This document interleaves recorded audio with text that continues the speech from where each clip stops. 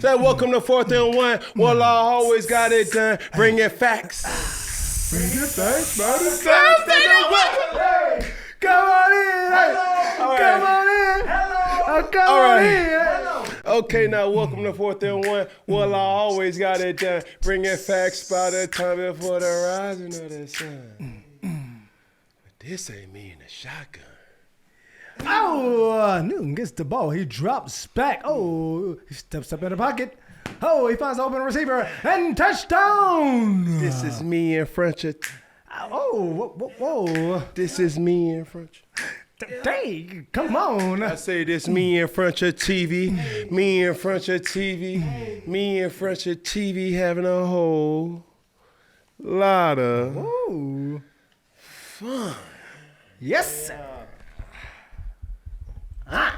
Now come on in, hey. Now come on in, hey. Now come on in. Hey, now listen, become an icon today. IconicSaga.com. ICONICSAGA. Period. COM. Become an icon. Hey. That's ad-free content, exclusive content. Hey. Ad-free content, exclusive content. Ad-free content, exclusive content. Hey. Become an icon. Make sure you like, make sure you share, make sure you comment, but most of all, make sure you do what? Subscribe now. Make sure you like, make sure you share, make sure you comment, but most of all, make sure you do what? Subscribe now. Here we go, first down.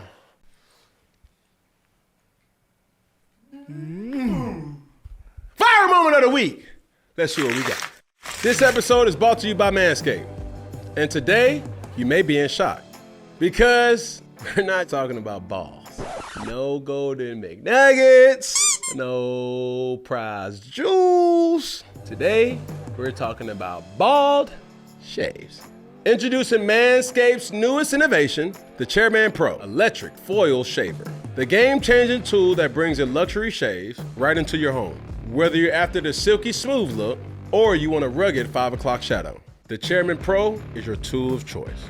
Head over to manscaped.com and join 11 million men worldwide who trust Manscaped by using the code Cam Newton for 20% off plus free shipping.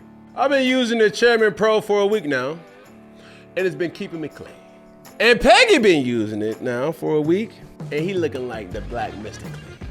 The Chairman Pro stands out by having 2 interchangeable, skin-safe blade heads. You have the 4-blade foil for that clean close shave, and the stubble trimmer to keep your stubble looking sharp and polished.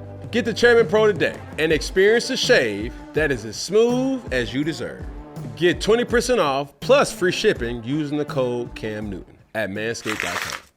Well, Boog, they say it is a game of inches, and Detroit finds a way to win again, man. I saw that. Man, they kicker Bates, man.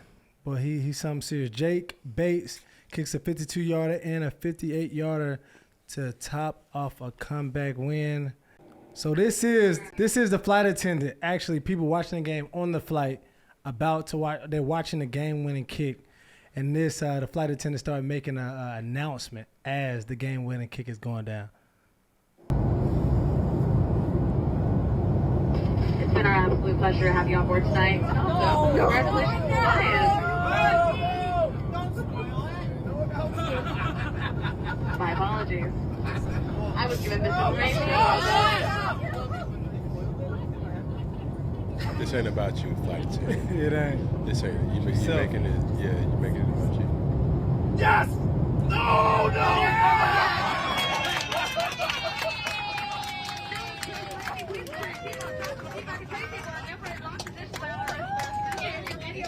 Look how many people was watching that game. I know, but that's a real raw emotion. Where was the flight going? We don't have all those details. We just know it was on a flight, and everybody was watching it, and she just made it about herself at the time. But Understand, man. That's what I don't like about people. what's up, bro? Understand. Where's your awareness? Where's your coof? Where's your decorum? Where is your wherewithal to understand? Hey. Lock in. This ain't no time to be saying put your seatbelt on, fasten your seatbelt. Because this is the thing that I need for people to understand. When you up there, do when you hear that, it ain't nothing nobody can do. That is true. This weak ass seatbelt or that slight incline, bro. I ain't got a slight incline. That's it, bro. Sir, can you please? You mean to tell me that's gonna save somebody's life? Bro. If that comes down to you being saved, alive or dead, you need to have a confrontation with God. God, you gonna let me go out like that? Bro. Dang. This seatbelt that I'm putting on my lap ain't gonna save me when real turbulence happens. Yes. So flight attendants all across the globe, I understand y'all got a job to do, but understand the realization of what you're asking me to do. I'm up 10,000 feet in the air. It ain't going. You think this little gonna save me? That little. It ain't. This weak ass belt ain't gonna save me. Shit flimsy. And the audacity for you to wake me up to tell me that I need to put my seatbelt on. I'm in my third REM sleep. Come on now, you got to get something off the chest. Man, listen here. I done took this platform to put everybody. I'm speaking for a lot of people. I be mad too. Stop fucking with me when I'm asleep, man. Just let me sleep the way they are. I spent good money on this first class seat. And damn it, I want to lean back. I want to motherfucking lean back. No Fat Joe. I mean, You feel me? man. Because when it comes down to it, this little lean, this little seatbelt ain't going to save my life any damn way. That's a fact. So can somebody please tell me, why the fuck are we asked to do something? Put your seatbelt on. It ain't going to save my life. It ain't.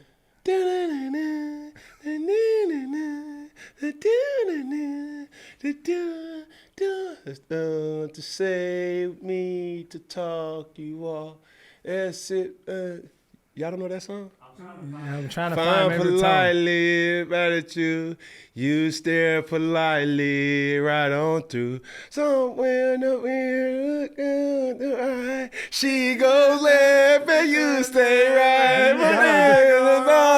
Along the way, let get together. Why you say, can do I go on? I lost the friend. Oh, now the chorus. The phrase. There you go. How to save a lie. Yeah. That. But yeah, Peggy, you're going to have to get out of your No, but HBCU. I was waiting till you get to the damn chorus. Did you not know? Then this motherfucker started singing another different song. Y'all in two different tunes. No, I was just early. You ain't know the phrase? How to save a life? God, Peggy, you got to I was get just cultured, early. bro. No. The chorus, I knew.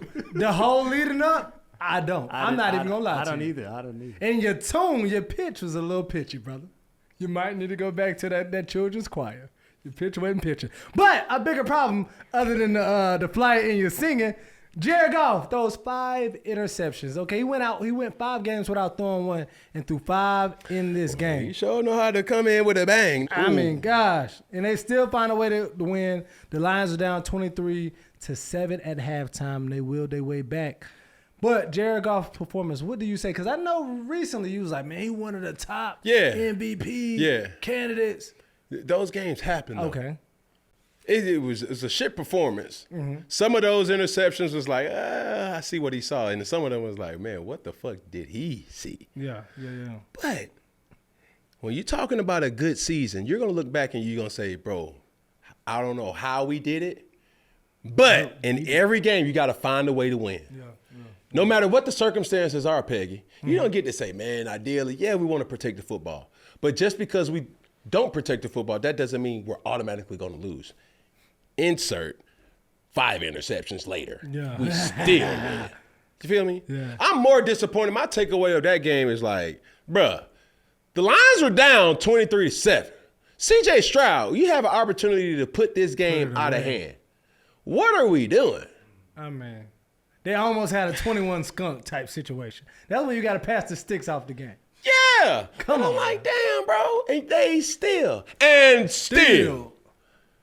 So do you think this makes them unquestionably the best team in the NFL? Yeah, you're going to have to find ways to win in inconvenient circumstances. They clawing back and no pun intended. But Jared Goff you're going to do some Jared Goff shit. So is he still in your MVP? Yeah, for sure. But this style of play that we've seen Jared Goff early on in the season, barring or negating this previous game, was one of those things like we haven't seen Jared Goff play this type of way. We're more used to seeing Jared Goff play at a high level, but he's still going to give the ball up. You see what I'm saying? And they took the ball out of his hands some, even when he was struggling. You had Montgomery and Gibbs. Right. You know, they took over on the ground. Jameer Gibbs, bro. Where he from, Peggy? He from Georgia. Is he from Georgia? Yeah, he ain't from Atlanta, though. Yeah, he from Georgia. But, you know, well, we talk about pound for pound, per capita state. All right, here you go. We produce what we supposed to. Really? It's a Georgian on every team, and I guarantee you they a stepper. But not to get sidetracked. Now, to get sidetracked. I have one question. I was just gonna ask: Is 5 interceptions? This is me. I don't know enough football. Is 5 interceptions like a typical bad game, or is that like that's that a bad game? That's just to bring it worse into perspective, I've never diabolical. had a 5 interception game. Usually, if you gave me that stat line, Jared Goff throwing 5 interceptions, I'm thinking it's a blowout easily. Yeah. Easily blowout. But a lot of times it is circumstantial. You would think some of those interceptions, and they did, resulted in points. Not all of them did, though. Gotcha. And that's a testament to a good team. Good. You see what I'm saying? Okay. So, yeah. That's what we called, what do you say? Playing complimentary football. There you go. That's team ball. That's right team football. You Yes, dig? So, when one lack, one pick up the slack. there. Okay. You One dig? lag, another one got you.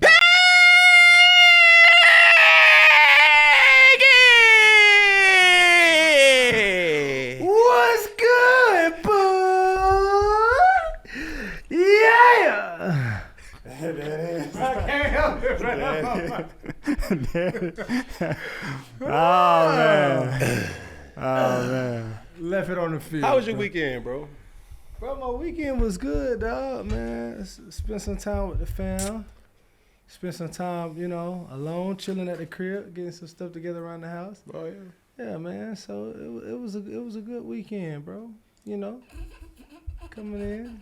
You came in hot off the first take this weekend. You know? was that, Peggy? I was there in the flesh, bro. You know, Why you ain't people make say- yourself known, Peg? Man, the people knew, man. They know me. You know what I'm Let me tell you something, too, Peg. I got to mention that. Stop at me. I was in the moment when I chose Morehouse over Clark. I mean, they, Bruh. That's like, I was sweating my ass off. bro, I was sweating. But I didn't think it was gonna be that hot out there. But that heat just came out and said, "I'm here, baby." I'm here. But I was like, damn.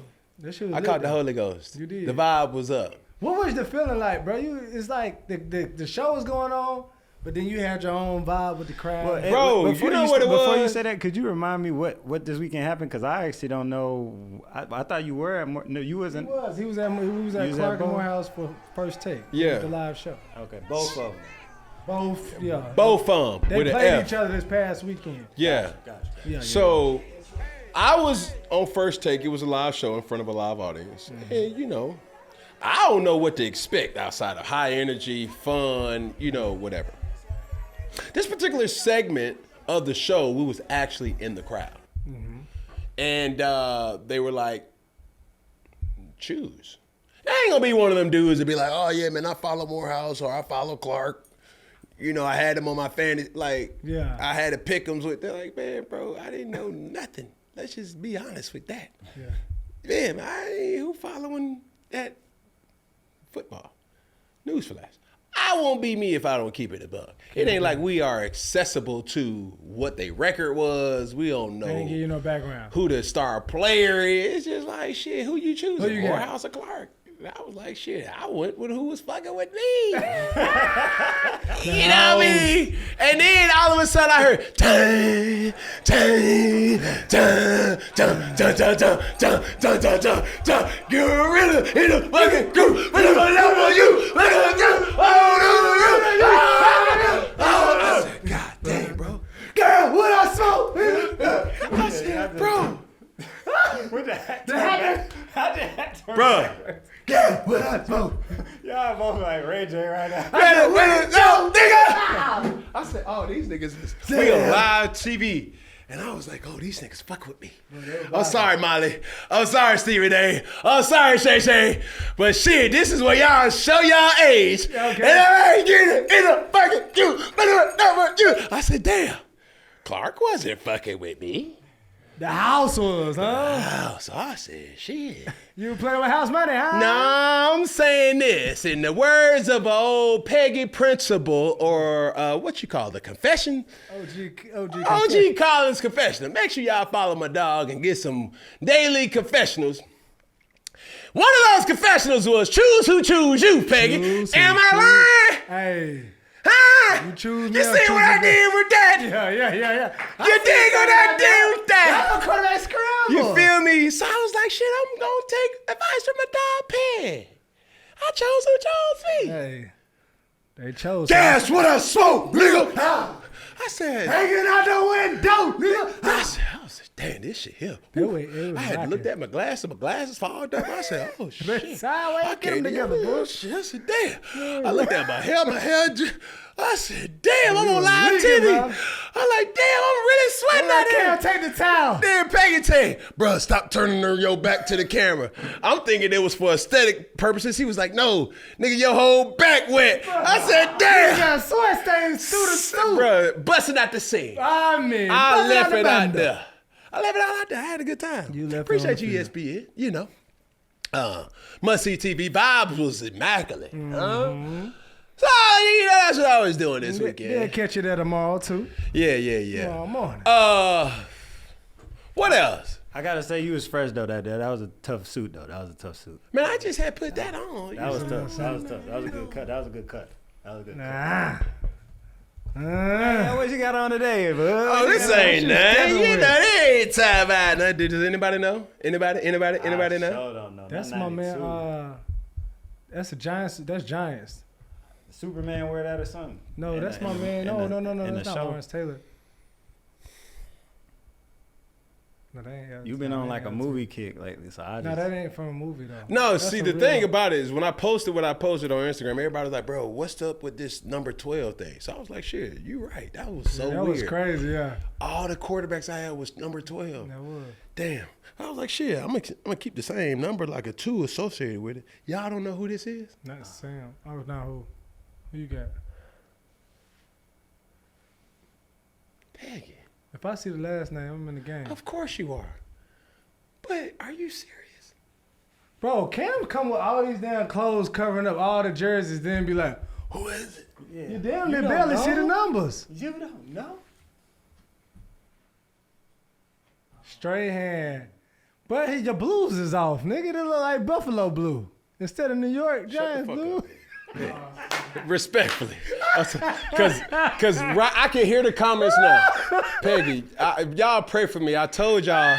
Look, a couple months ago, I was interning for new people to work alongside. Peggy don't know about no ball. Man, I don't know about Michael Strahan. But the reason why I say that, it's the story behind that. I want to say what they used to have a commercial on TV. Mm-hmm. Oh, Michael Strahan. How about them Cowboys?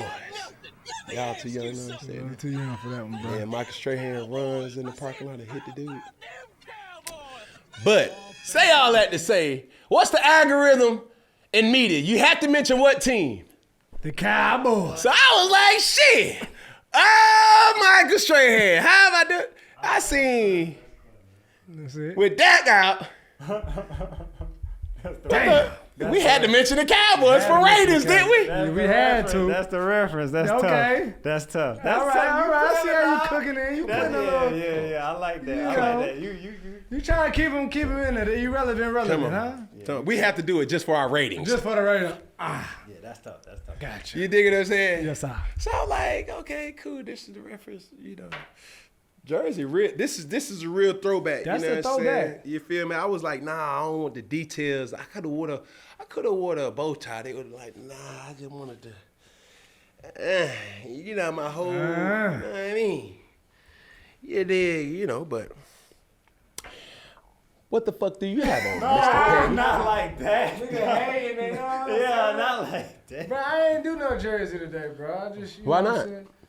Bro, we've been hustling all day, bro. I ain't had the time to get the jersey, but I did go football related.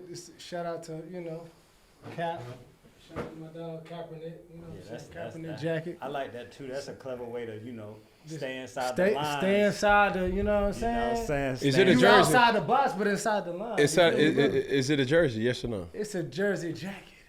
No. Is it a jersey? Nah, it's a jacket. Well, technically, it's a jersey because it got a number He got on his it. number and his name. I'm on asking you, it. just is it a jersey? Yes or no? Bro, The assignment was what? To wear what? I'm I asking. like, you know what I'm saying? I'm asking you. I'm just want to cut up. people want to know.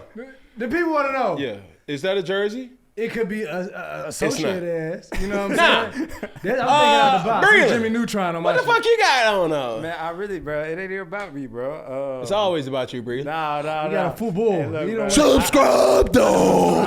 I just got a regular old shirt on like today, low got key. the Kodak ski mask. This is Unacceptable. just what I had at my girl house, so I just Unacceptable. pulled up, bro. So for perspective, Pull it out, this has been a very extended day, just to say the least. For sure.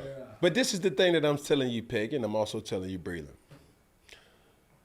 We work extremely hard to provide the best quality of content we possibly can get. Mm-hmm. We're shooting this show. What time is it? Almost At 10:30 p.m. Mm-hmm. How long have we been shooting content? Since 10, what we got there, 10 a.m.? We started at 10. We shot from like 1 to Yeah. 10. Yeah. So I'm saying that because I'm using that as a segue to the viewer who sees this and they're like, yo, I want to do something, but I ain't getting the likes or the mentions or the notoriety. See, the thing about it is God's going to test your perseverance. God's going to test your consistency. God going to test you in a way where you don't even know that you're being tested. And just because we shooting this show at 10:30 or 10:40 p.m. at night, we need to understand if this is something that we really want to do. Yeah, Come on now. We gotta go You don't now. never know when you're getting tested. that's true. You got to You go there. never know. So you got to be consistent. They don't need to know, the viewer don't need to know if this is 3 p.m. or 1 a.m. That's true. You got to be committed to it. That's And guess what we got tomorrow?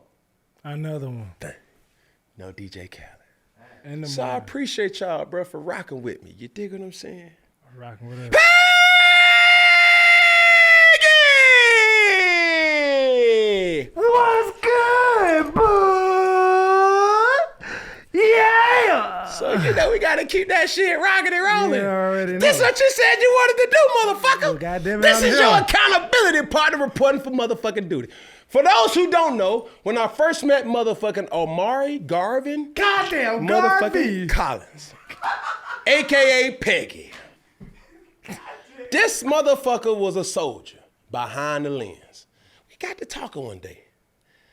I was like, Peggy, what the fuck what's your ultimate goal? He was like, man, bro, I want to be in front of the camera, bro. I really like this behind the camera and stuff, but I really want to, man, when I was at Central, bro, I loved the SGA and, content, man. I really wanted to be in front of the camera doing this, that, and the third. Yeah, but shit, my chin up, chest out. Am I lying, Peggy? Yeah, but my chin up, chest out. Am I lying, Peggy? He ain't lying, but his chin up, So chest now, out. God is giving you this platform, not Cam. Yeah. And what you gonna do with it? I'm gonna do the most with You the gonna be- opportunity. I'm tired, man. Nah, No! Peggy! What's good, bud? Yeah! You know what I'm saying? We in there. I can't say that I want to be the #1 content creator if I ain't willing to pay the price. Come on, I now. don't want no blessing that I ain't worked hard or I ain't prayed for. Come on, I don't man. want that. Sometimes God give me that, but I'm thanking God. Well, let me say that. I don't want to say that. I don't want it, but that's cool. God just be blessing me sometimes. Yeah. But Peggy, Thank you, Lord. Breland, I appreciate y'all, man. Appreciate you, bro. So, you know what I'm saying? This y'all hold me accountable, and best believe, Peggy, with your ass. Yeah. Man, it's all love, bro. And I just know, man, It was a grinder today. We're going to keep grinding this shit out, you dig? Because that's how we got to get it out the mud, you feel me? That being said, here we go. Let's rock and roll. Get the people what they want. You dig? Next clip. Well, Coach Ron Rivera went in on part of my take, and he said this about his former quarterback. You also had maybe the best fourth down, or at least the best short yardage option, maybe of all time in the NFL with Cam Newton. Yeah. It's like if you're 4th and 3, 4th and 2, just send Cam, and he's going to run some people over. We were like 95 or 96% conversion rate with him. And I can remember one time I went and did it with Kyle Allen back there, and we got stopped. And somebody said, "What happened?" I said, "We were about 3 inches and 35 pounds short of it." So, man, you was the go-to, Mr. 4th and 1, always got it done. Yeah. Welcome to 4th and 1. Hey. Cat on in. Hey, man. May I say it? Come on now. Can I say it? Come on, man. May I say it? Do it then, boo. Can I say it? Come on, boo. May I say it? Uh-huh. This was without a tush push. Oh. I said it. You was the push. That's everybody get a hat on a hat and leave the extras for me. Woo! Because it's going to be mano a mano in that hole, Peggy. Yeah. We talking about football terms for those weirdos that's out there. Okay, football. You did. And I took pride in that. Yeah. Everybody got their edge, Peg. Everybody got their, you know what I mean? That was mine. I took pride in that. Yeah. 3rd and 1, 4th and 2. It take a badass, Billy badass, old silly motherfucker to just fuck with me with that. Yeah. Coach! Come on, you know what time it is. In the famous words of my first cousin, fat, super Cam time. I took pride in that shit, Peg. Yeah. You feel me? So that was my edge. Wasn't nobody gonna punk me. Mm-hmm. You know. Straight up. He know. She know. They know. Dun dun dun dun. Ooh. Dun dun dun dun dun dun dun. You know what I'm saying? I'm getting the ball. Yes, sir. Stop it. That was just my edge, you dig? That's how Cecil raised me, you feel me? Yes, sir. Not to belabor the fact or delay this whole content from getting done. Next clip.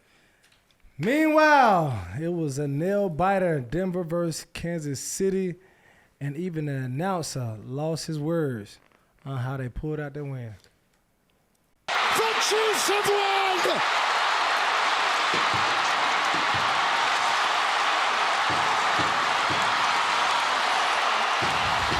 Bro, so Kansas City keep finding a way to survive, man. They still currently are undefeated. Man, this game was like, I know when you picked the Broncos to win, I said this nigga out here trying to tank. But boy, when I was looking at that game, I said, bro, Cam, if he is right, damn Cam. Oh, Cam. It's inevitable, bro. The odds are not in their favor for them to go undefeated. So I'm gonna keep going against them, bro, because I do want to see them go undefeated. Yeah. I don't believe that they gonna go undefeated. You see what I'm saying? Yeah, because that's something that you just witnessed. Just like, cool, but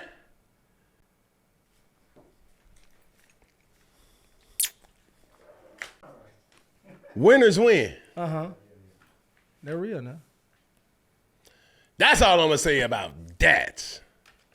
Sometimes people get into a situation where it's like, okay, we need to find a reason to win.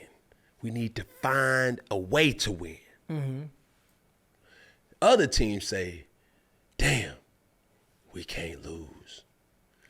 It's a difference. That's a two different type of pressure. It's different type of energies. Mm-hmm. Damn, we can't lose. Or playing not to lose and playing to win is two different.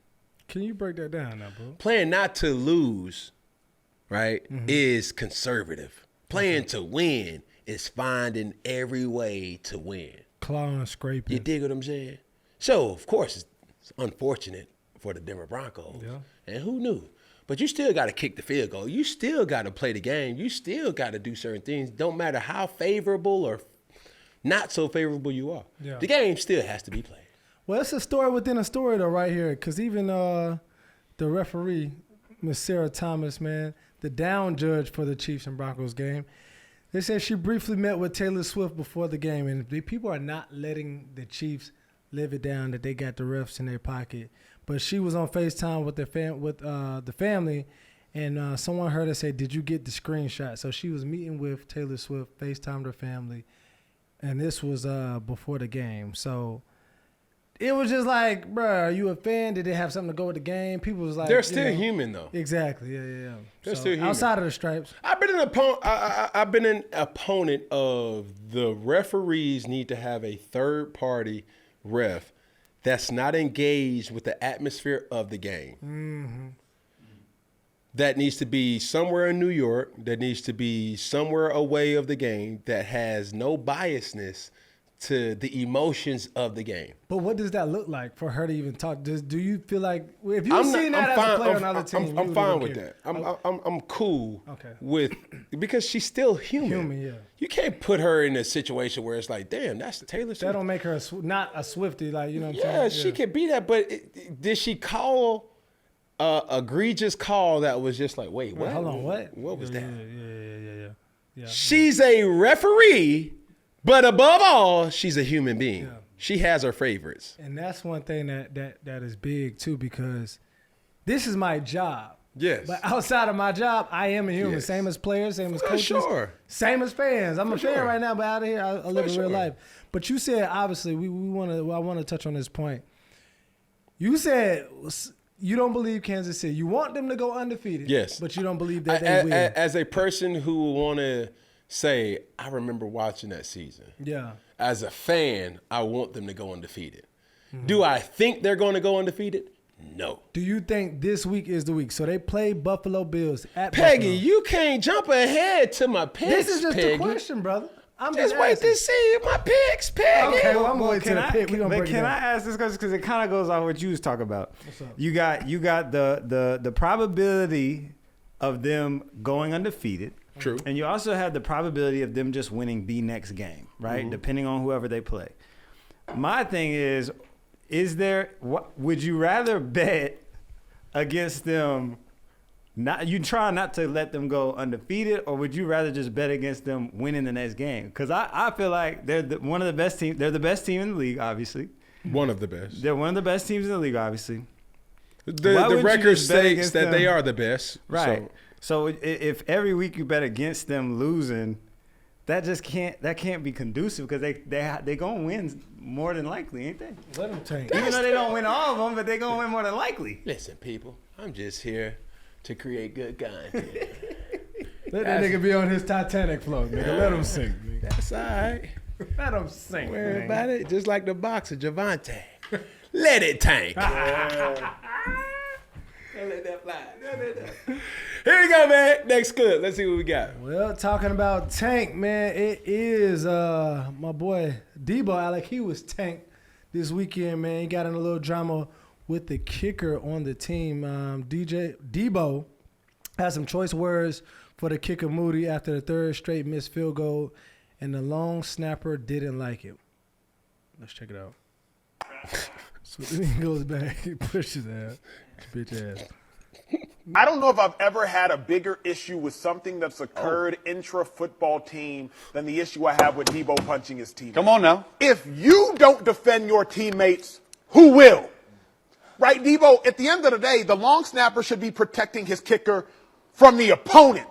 The long snapper shouldn't be protecting his kicker from his teammate. Now, for those of you that want to suggest that Deebo was holding his teammate accountable, that's not what accountability looks like. Accountability looks like, hey, Jake, there's a reason we drafted you, big dog. You know, you got this. Hey, Jake, you can make these kicks. Hey, Jake, we're going to need you later in the game. Hey, it might be overtime. It might be the game winner, but we're still going to need you. Hey, you good, you good, you good. Accountability doesn't look like mushing a long snapper in the middle of the game. That's not what it looks like. Furthermore, and here's where I'll end the point. It's very simple. Deebo, you not perfect. Deebo, I done seen you drop some catches. Deebo, you all pro. And Deebo, you've had lesser moments in bigger stages. And we don't call you out for that. Super Bowl, 11 targets, 3 catches, 33 yards. Juwan Jennings had to save the day versus the Green Bay Packers and the Detroit Lions because you was hurt. So you know what it's like to be injured. Jake Moody was hurt. Lower body injury. First game back from injury. He missed 3 kicks. Shouldn't happen. Inexcusable. Unacceptable. Make the kicks. That's what you paid to do. But you gonna miss your teammate in the middle of the game? Terrible math. Not even bad math. That don't even calculate or compute. So Acho went off on Deebo. But if Deebo walking around like he real big Deebo from Friday, like what's going on? You don't get a name like Deebo by playing patty cake on the sideline. Not the Bakers, man. And let me tell you like this. Emmanuel Acho, I fucks with you.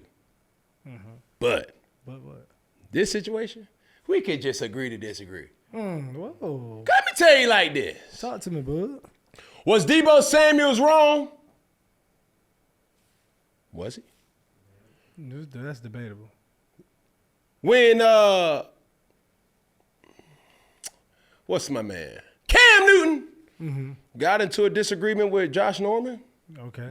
Was that accepted? Not at the time, it wasn't. No. That team went on to go to the Super Bowl.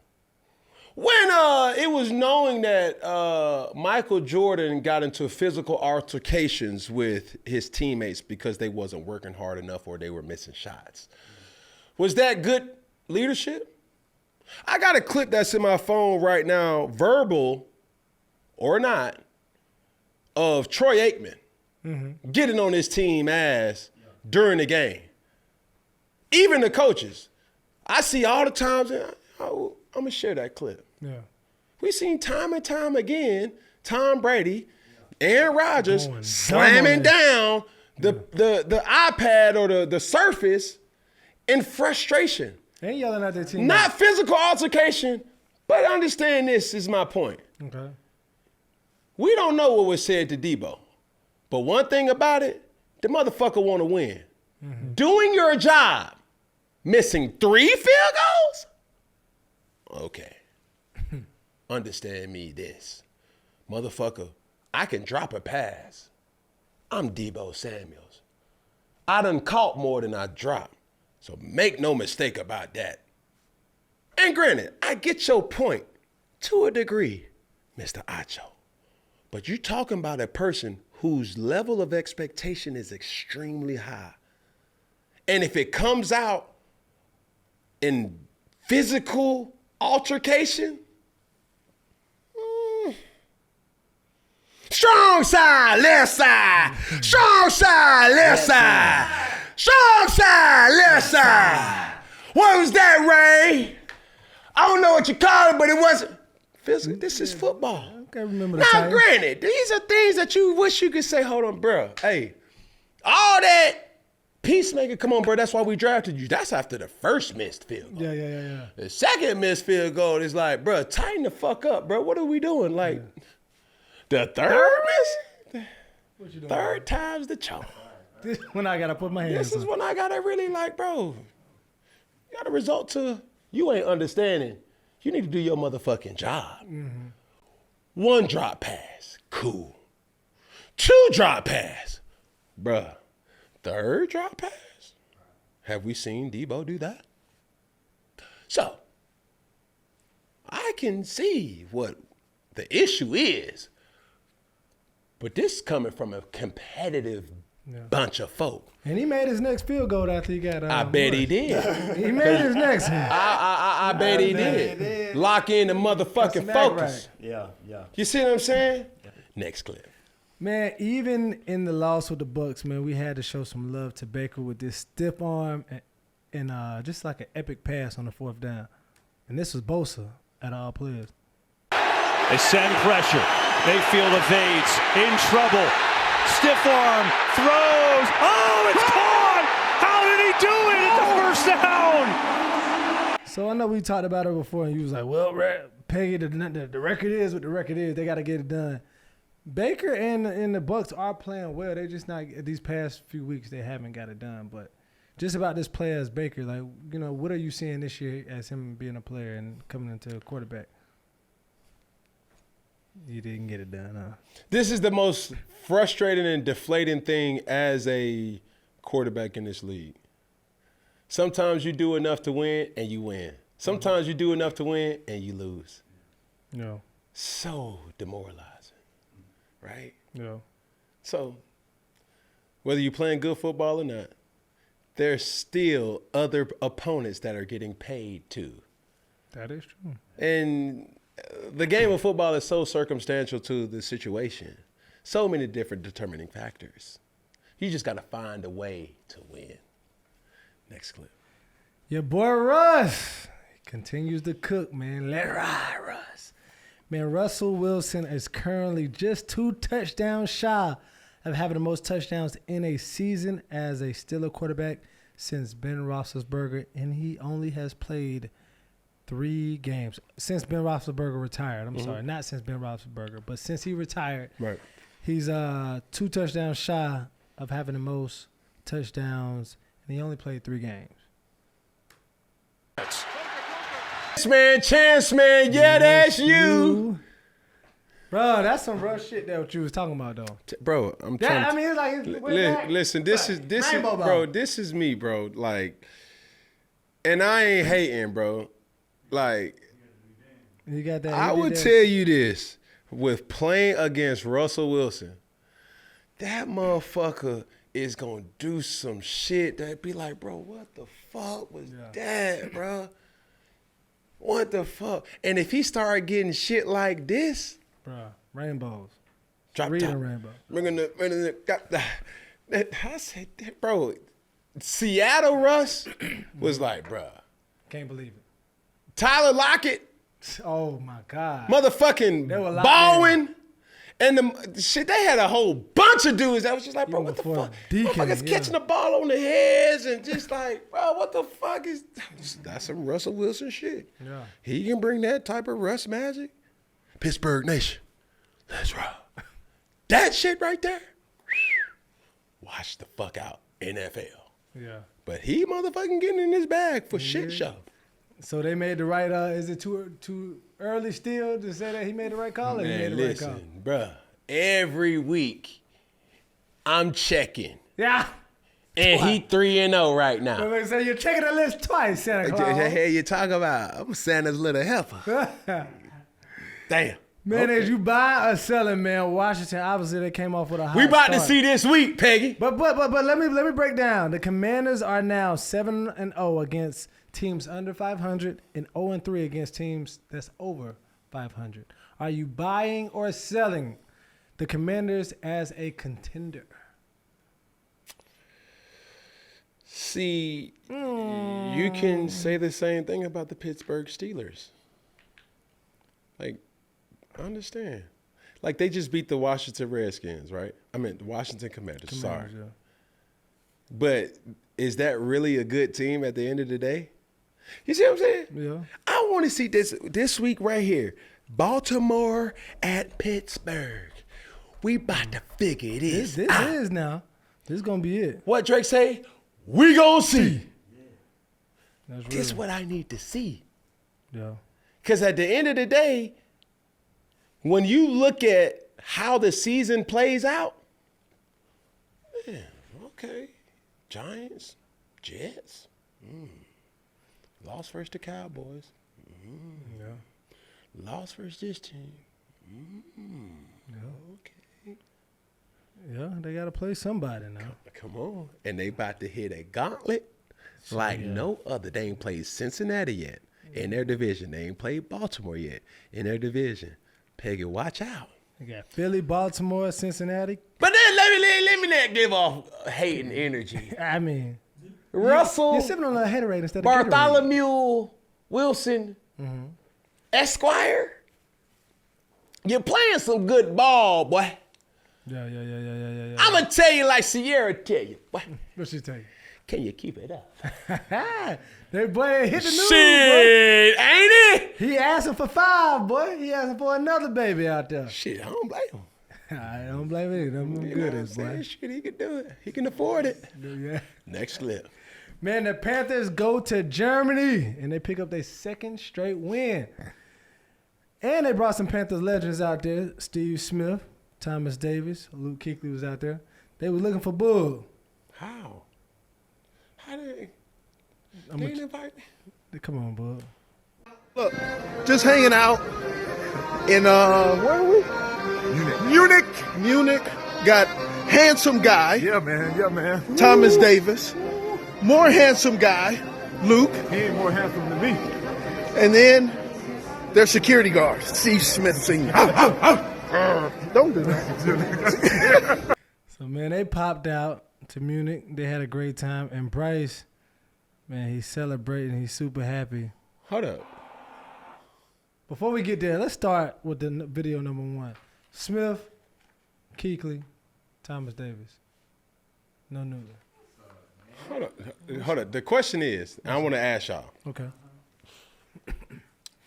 Did they pay to get there? I doubt it. I'm sure the team bought them. Then they had a series of different things they had to do. What they had to do? They met with, I know they did like a beer event and like they met with different fans and stuff like that. It was they an did? event like that. Yeah. So they, they did work for the brand to a certain extent. What? Going out, meeting fans, ambassador for the team. So It ain't right.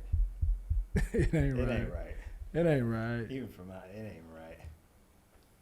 How do you say you don't fuck with somebody without saying you don't fuck with somebody? Keep sending videos of everybody together and you ain't there. No, but I seen something with them in the bar. I thought that was in Charlotte. Nah, they went to Munich. Yeah. Would you have gone if you got the invite? I guess we'll never know. Look, man, you don't need them. You got me and Peggy. We your team. Man, we gotta come back to Carolina, bro. We gotta build that bridge, bro. What? See, there'd be shit like that. But maybe people just assuming Cam don't have time. You don't know unless you ask, though. You don't know unless you ask. Like, bro, So are you saying, because let's cut out all the minutia. Are you saying that the Panthers reached out and they wanted you to be a part of something they had going, depending on what it is, you would be open to going and showing love, right? I've never been to Germany in my life. Oh, really? You would have liked to I experience. have a mother of my child who speaks German. And what bigger and better player to go? Yeah. Peggy, honest question. What's up? Do you think Cam Newton has played his last down in the NFL? Yeah, I believe so. I feel like you're In your happy whole where you're at. heart. Yeah, I feel like you're happy where Breland, you're at. do you think I'm ever going back to play in the NFL? Realistically, no. Okay.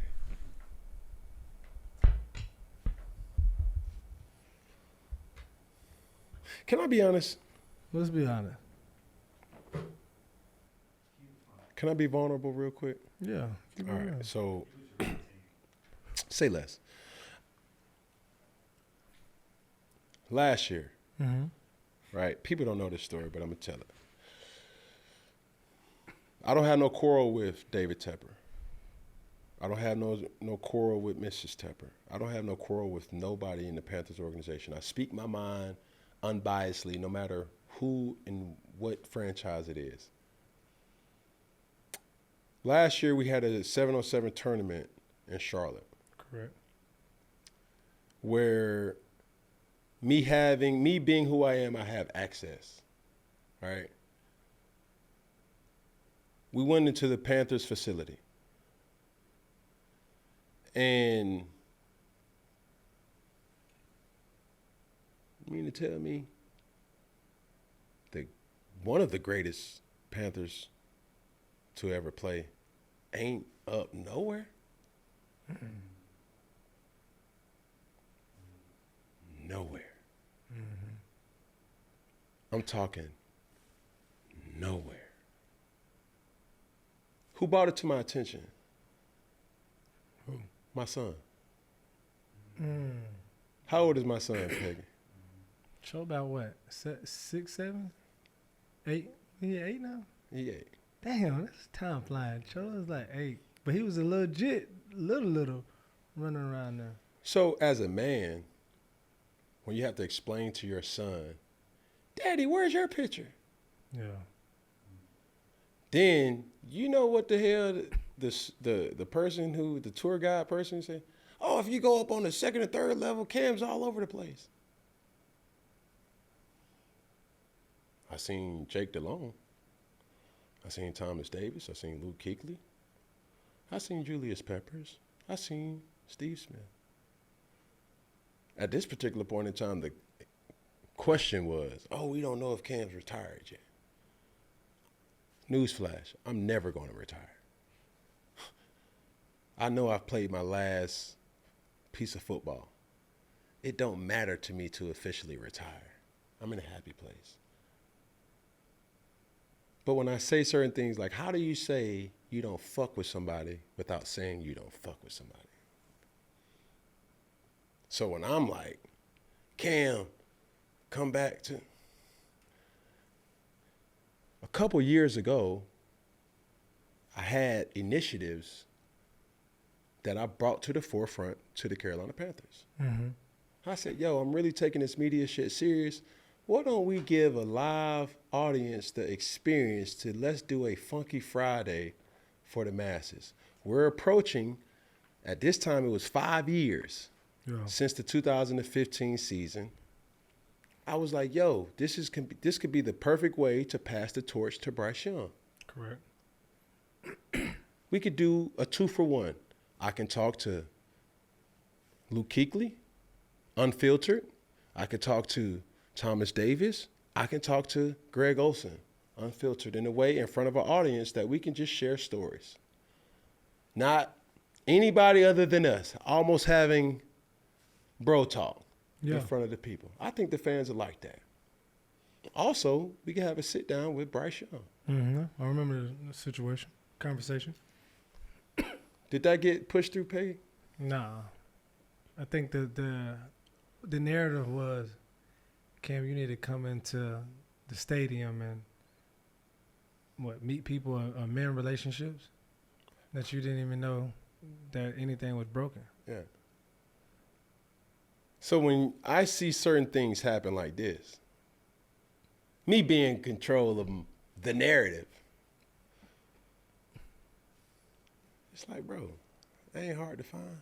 Yeah. You know how to get in contact with me. I didn't even know certain opportunities even existed.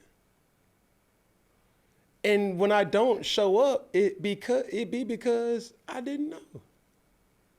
So, did it hurt my feelings? Yeah, it did. As a man, I'm like, damn, bro, I gave this city everything. Part of me, I received some of the blessings and be like, yo, bro, like Cam, bro, Carolina forever, we fuck with you. And sometimes I'm like, why am I explaining myself to a person that really that didn't draft me? You know what I'm saying? So I'm like, bro, no homo, but it's a hard pill to swallow. But I'm like, bro, me and that franchise is simple. It's like, it takes two to tango. Yeah. Certain opportunities, I only know one way. Ain't shit changed. My number ain't changed. And I've reached out multiple times and did certain things. There's so much familiarity there. Yeah. But yeah. How do they look at you? Do they look at you as an ambassador, or do they just look at you as a former player? It's a difference. It's a difference. So, what would you want it to look like, though? Like, where you at? How much you did for the team, the city? You know, we got our whole thing in regards to that, too.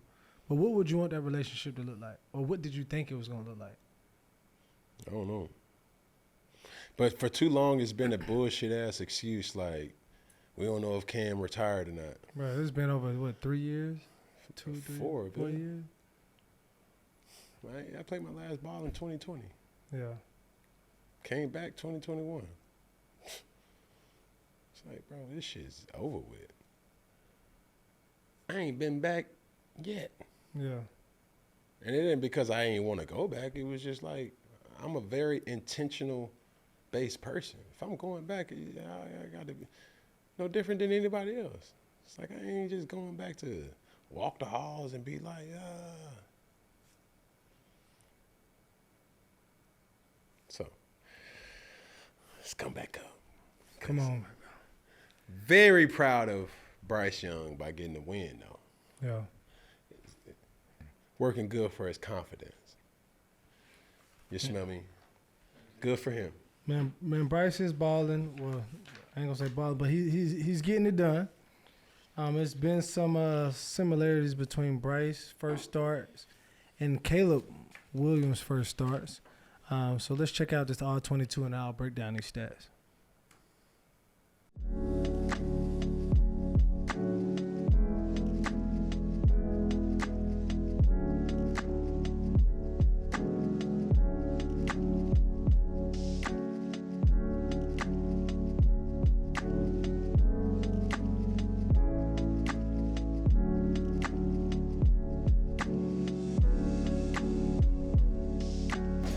It's a shot.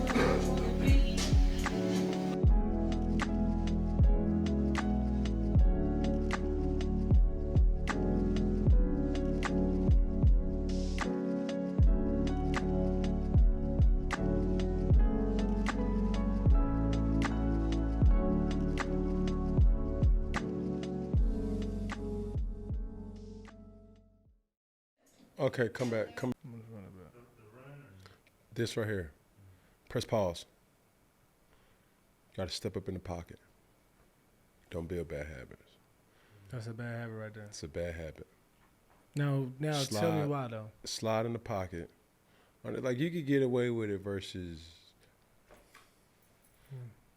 But in his defense, coaching development, saying what the standard is, off your back foot, move forward. It helps with accuracy. It helps with so much. But through Bryce's mind, he doesn't trust that pocket. Yeah, he's still doesn't So he's going to keep backing up. It's trauma. And PTSD. it's traumatic in there. Yeah. So he's not going to get in a position that's going to cave in because he hasn't built the trust yet. So play it from the beginning. But when you see the trust, Patrick Mahomes, Josh Allen, the Bradys, the Peytons. Sit in there. Oh, man. House burning down around him. Man, dude, I'm so comfortable in here. So that's that's like the signal, the sign that he still isn't comfortable 100%. For sure. Yeah. For sure. Wow. Can he play? Hell yeah. I mean, yeah, he putting it together. Hell yeah. But this goes back to development. Yeah. Is the developing plan in place for him in Carolina? Has he been developed properly? Don't mean to be a spoiler, but Yeah.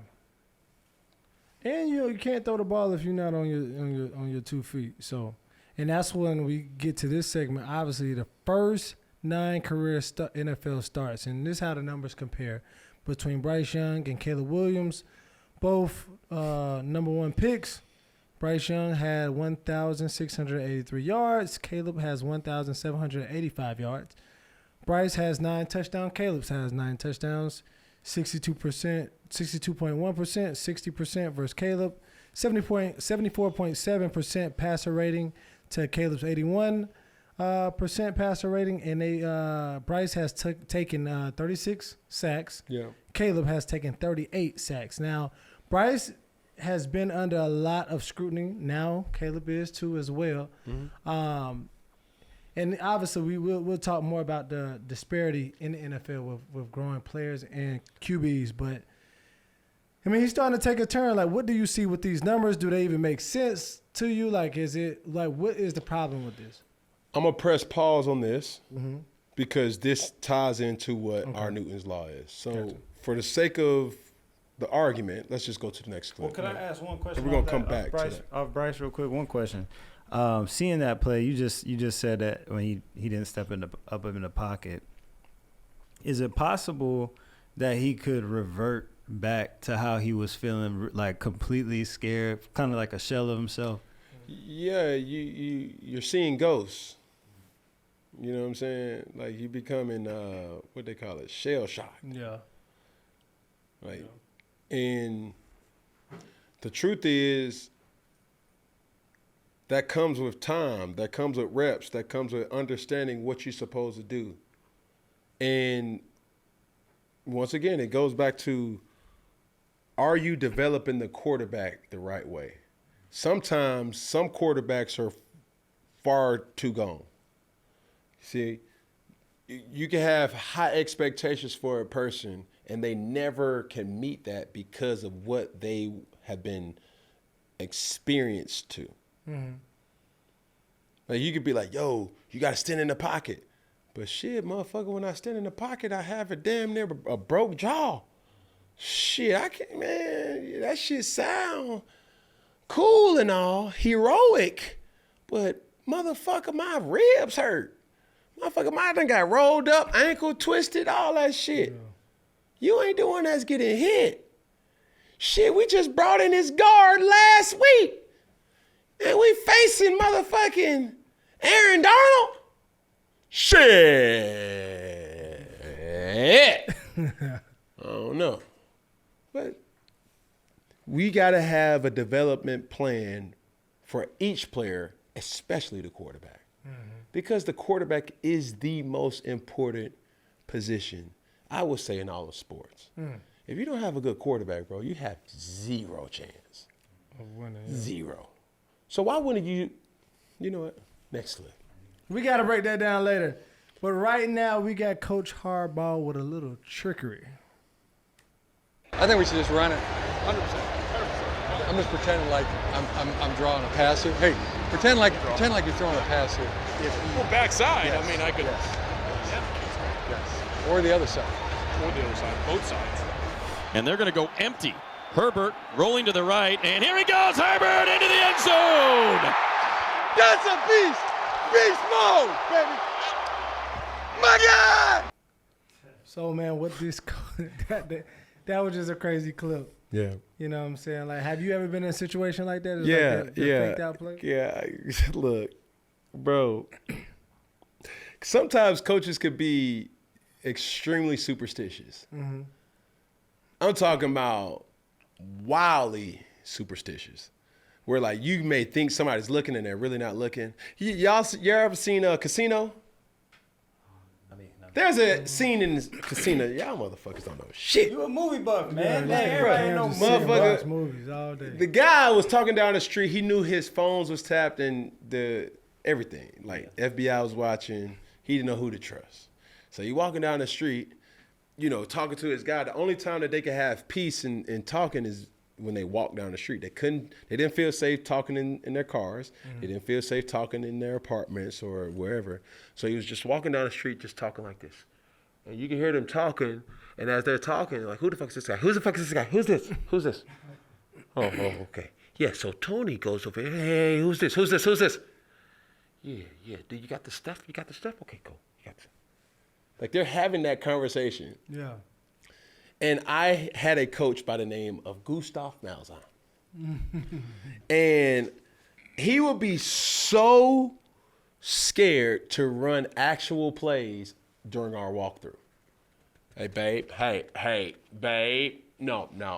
Hey, stand right there so he won't give up the formation. Hey, babe. You stand right there too.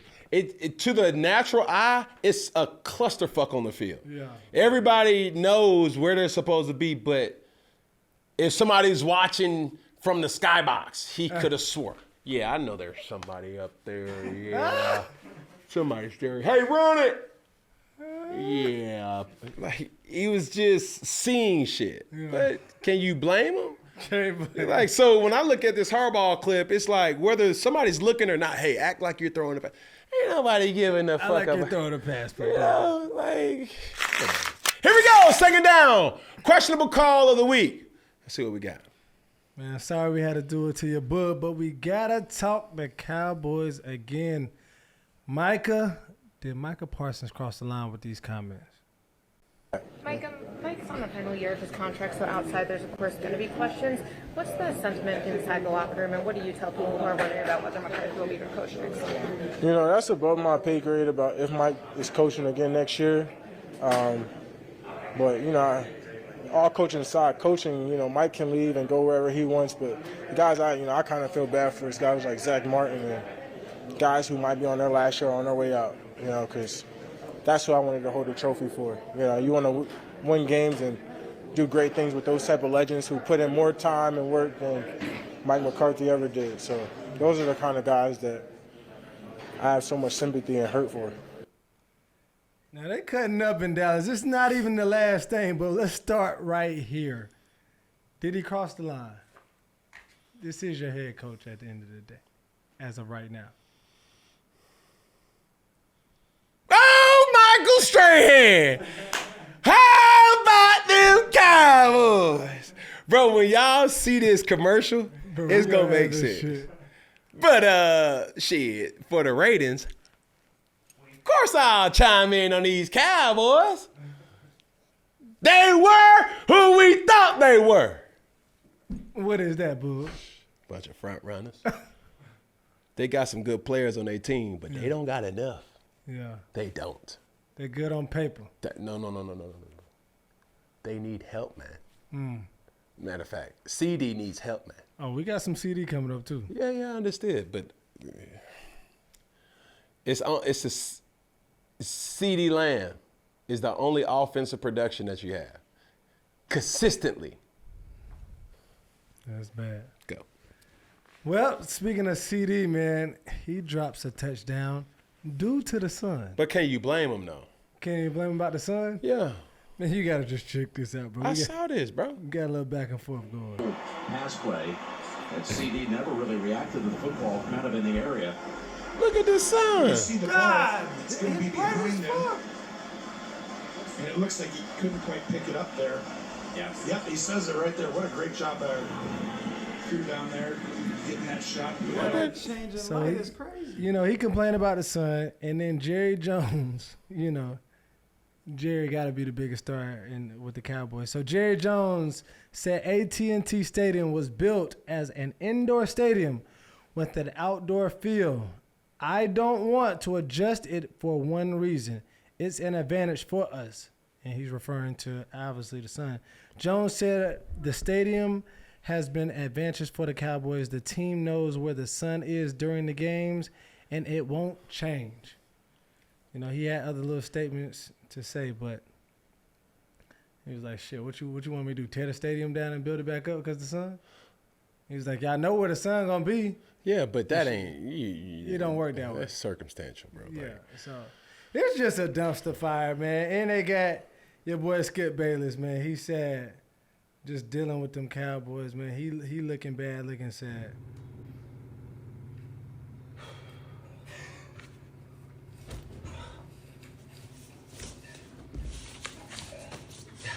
He busted and disgusted. And even talking about Mike McCarthy, Rex Ryan had a very interesting take on who should or could be the next Cowboys head coach.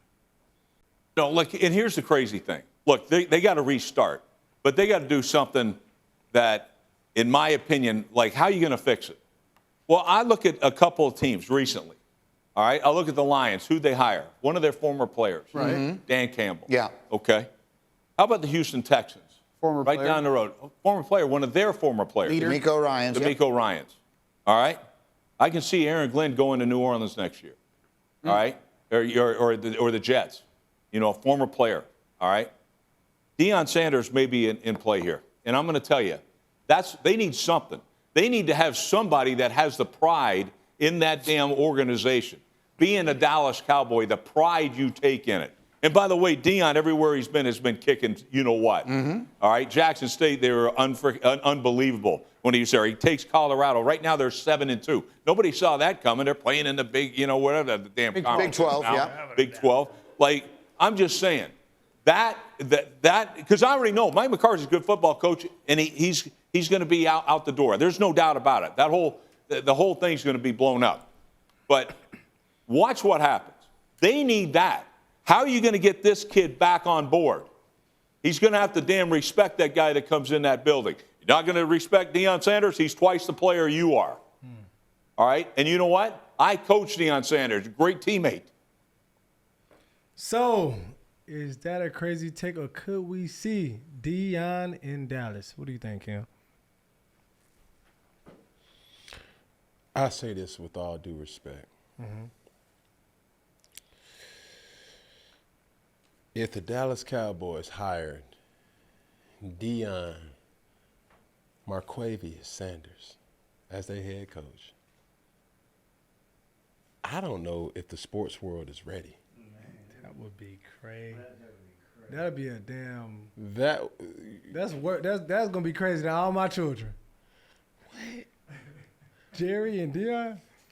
But so I'm a little reluctant to that though. Why so? It only can be one star shining in Dallas. Okay. Stay woke. No, that's true. That's what I was thinking. That's Stay good woke. Point, good point. I don't even think yeah. Good point. Because think about this. I'm gonna give y'all some history in regards to head coaches. Okay. Jimmy Johnson was the coach who inevitably coached even primetime. Mm-hmm. He had a big ego. Yeah. What happened to him? Gotta go. TKO. He was a good coach. Yeah. Won a Super Bowl. Jerry Jones thought it was him. As in, we winning because of me. Mm-hmm. Jimmy Johnson was like, no, we winning because of me. Fast forward a couple decades later, Jimmy Johnson was right. I say all that to say, Peggy, if you bring Prime to the Dallas, I don't know if that's a recipe for longevity. Yeah. A flash in the frying pan. Ooh, what? Business is gonna be booming. Booming. But for how long though? Yeah. If I'm the representative of primetime entertainment, well-off media, Shadar, yes, I. Shiloh, all of them. If I was Coach Prime first, I'd go somewhere that you're familiar with too. Mm-hmm. I'll go back to Tallahassee. That's more longevity than Dallas. Tallahassee, Florida State. If Deion Sanders goes back to Tallahassee, college football, get the fuck out the way.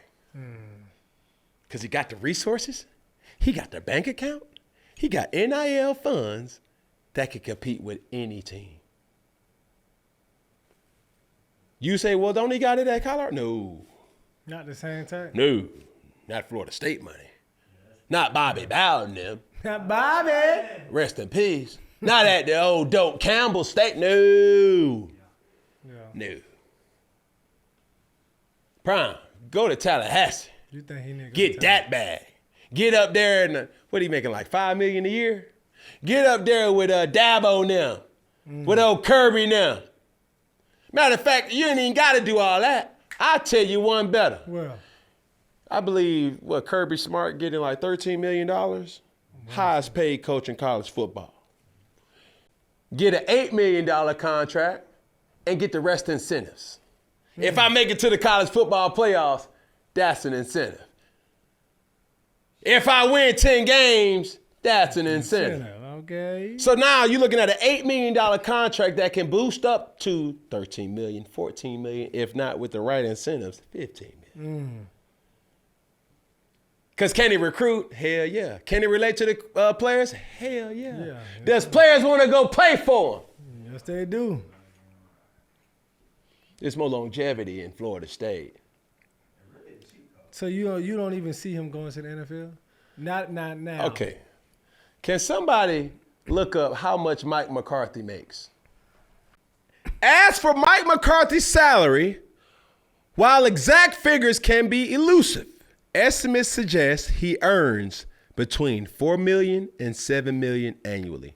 This is an article that was published November 3rd, 2024. So if you're chasing the bag, I go to Tallahassee, Coach Prime. Must be the money.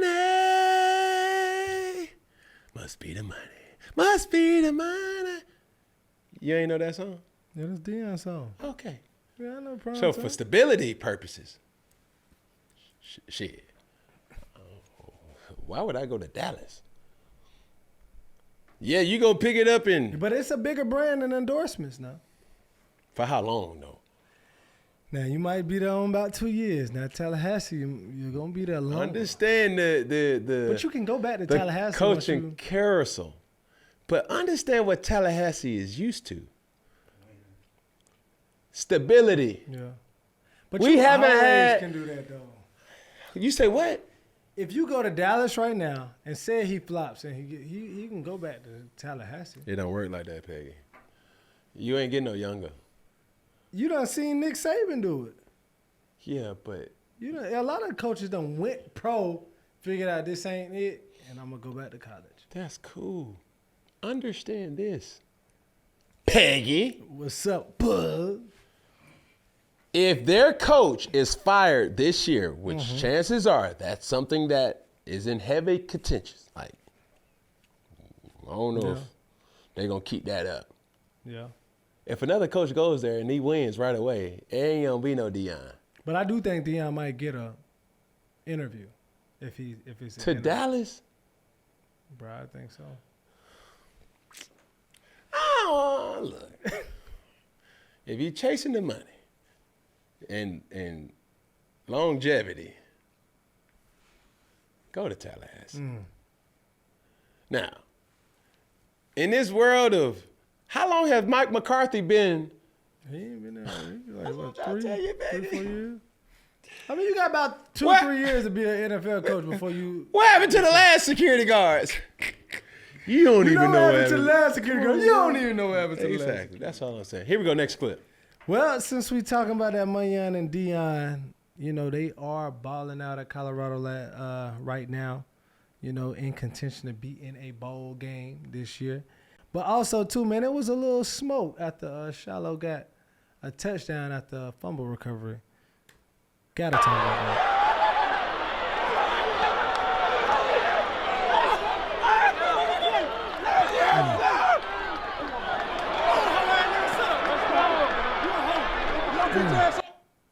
So that's Deion Jr. turned into little Deebo. So all three of the brothers stood up, and that wasn't even the craziest thing. We're gonna get to that. Okay. But even crazier than that, they was throwing tortillas on the field at Texas Tech. Yeah, what I didn't really understand was I didn't know throwing tortillas on the field was legal. You know, like I didn't think that was legal. You know, because I was watching, what is it, at Texas or something? They was throwing bottles on the field and and it was flags and everything. But we come here and it was just like they have a whole cleanup crew. Like they know what time it is. You know, so that was a bit odd. I didn't never heard of that. You know, but yeah, it was different. Did you autograph a tortilla? Yeah, I had to sign one. They kept throwing them at me, so it was like I had to. So that's wild, man. I mean, obviously Colorado beat Texas Tech. The Texas Tech ball boy had some smoke. Deion got paid $100K after beating Texas Tech. They moving on, and tortillas was thrown on the field. What the hell is going on? I'm going to give you the same treatment that I'm going to give Deebo. You know who to try. You know who they got to try. You know what I'm saying? Yeah, that little po ball boy. The manager, man. That's cool. Shit, they did what they were supposed to do. They ran out. Hey, you do some goofy shit, you gonna get clowned out. Yeah. So shit. But you go to Morehouse, you go to Clark. Shit, fuck, I don't even know. It's a ball boy, for Christ's sake. I ain't trying to disrespect no ball boy. Don't disrespect the ball boy. Yeah, but you know, y'all ain't the strongest. I ain't never seen no swole ball boys. But let's get look. It is what it is, bro. Next clip. All right, Saints interim head coach Darren Rizzi. Man, he was celebrating and he hurt himself. He injured himself out of celebrations. That's going crazy right now. Every player on that Saints sideline just ran over to Rizzi.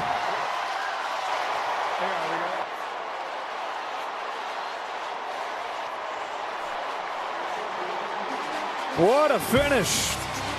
20-17, the final. This is his post-game presser, speaking about it. You know me, I'm a pretty open guy, so this is how my day started. I get down here to the stadium, I get down here to Superdome, I go in the head coach's locker room, which, I've never used before, right? So here I am early in the morning, I go to the bathroom, and this is how my day started. I clogged the toilet. And I'm like, this is going to be a crappy day, pun intended. And so we listen. I'm like, okay, this is not really a great start to the day. Here we go. And so, I'm not really feeling like a head coach of an NFL team right now. So, so I'm like, really? This is really how we're going to start my day? So, but listen, there was moments during the game. I'm so wrapped up in my routine. There was moments today where like I'm almost forgetting. I'm just going through my routine, and I'm kind of forgetting that I'm the head coach a couple times. All true. So, man, from the celebration, he almost fell out. Then he just had a weird post game. I mean, he's trying to find his footing in being a head coach. Okay, it's gonna take time. It's gonna take some time. I Huh? ain't got no problem with that, but they always say, act like you've been there before. Okay. That shit, the motherfucker almost fall out. He's a shitter, but he won. That's all that matters. Here we go, next clip. That's one. All right, man. Cam, I know you talked about it last week about just, getting physical in the game, even, just running through the hole, meeting somebody, mano. But this week, Kyler Murray gets rocked by Quincy Williams, and he said he liked it. Its defense are getting exploited by Murray in this offense. Oh, my goodness. Go back. My goodness. Press pause. He hot. Elaborate. Go to the top of the play. This is football 101. All right, when you see this type of play right here, and somebody will say, the offensive line just got him killed. No, they didn't. The quarterback got himself killed. In an empty formation, which is 5 blockers, everybody else are eligible receivers. You got 1, 2, 3, 4, should have 5 receivers in eligible receivers. Let's see how many go out for a pass. All 5. He's hot. That ball's supposed to go to the running back. His eyes is in the wrong place. You're right there. He's hot. Mm-hmm. Yeah, that's the hot defender. So the line slides one way. So football 101 in passing protections that I was used to, the line slides to the mic point, and some protections, not all, and sometimes because you don't want to become like obvious to the defense that every time he points to that, that's where the line's going. Because if they know that, then they're gonna shift. Yeah. Okay. So if you're sliding the protection to one side, you have to understand who you're hot off of.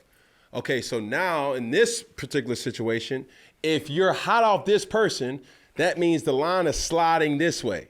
So you're pointing this person out or this person out to let the receivers know, hey, we're hot off 52. Hey, we're hot off 13. Hey, we're hot off 57. It's all about communication. Kyler Murray gets his fucking back blew off because he's hot. It's not the offensive line. Where does the offensive line slide? Left or right? It's right. Right. And it was the pressure comes from the where? left side. So the definition of hot, you mean just like hot means clearly open. You know you're open. Hot for a tomato. defender. When you play the hot tomato. Yeah. You gotta get out of there gotta quick. get out your hands. All right. They're blitzing. Gotcha. Thank you. You got 2 blitzes right here. Boom. Damn, yeah, he got it. He's hot. Get the ball out your hands. So is that something like his quote was, kind of glad it happened.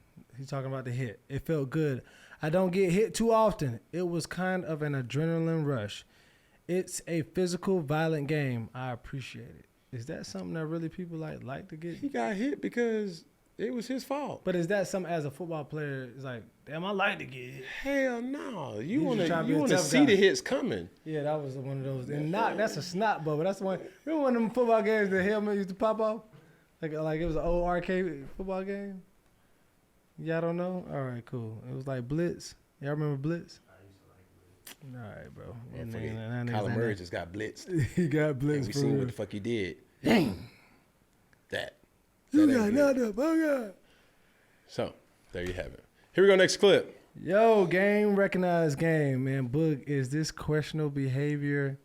And as a professional athlete, this is, I guess, some of the stuff you all got to deal with.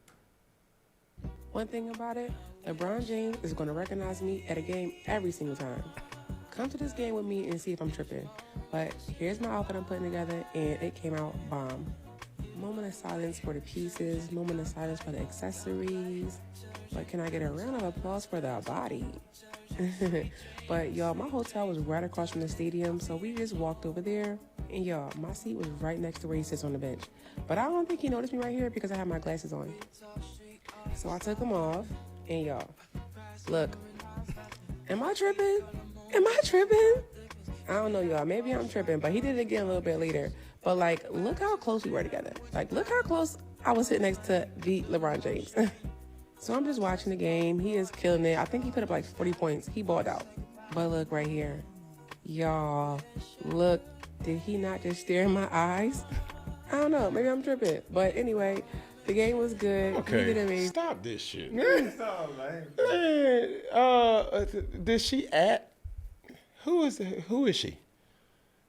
I got newsflash, baby. Respectfully, I'm not trying to demonize you, but we're talking about fucking LeBron James. Mm-hmm. I don't know.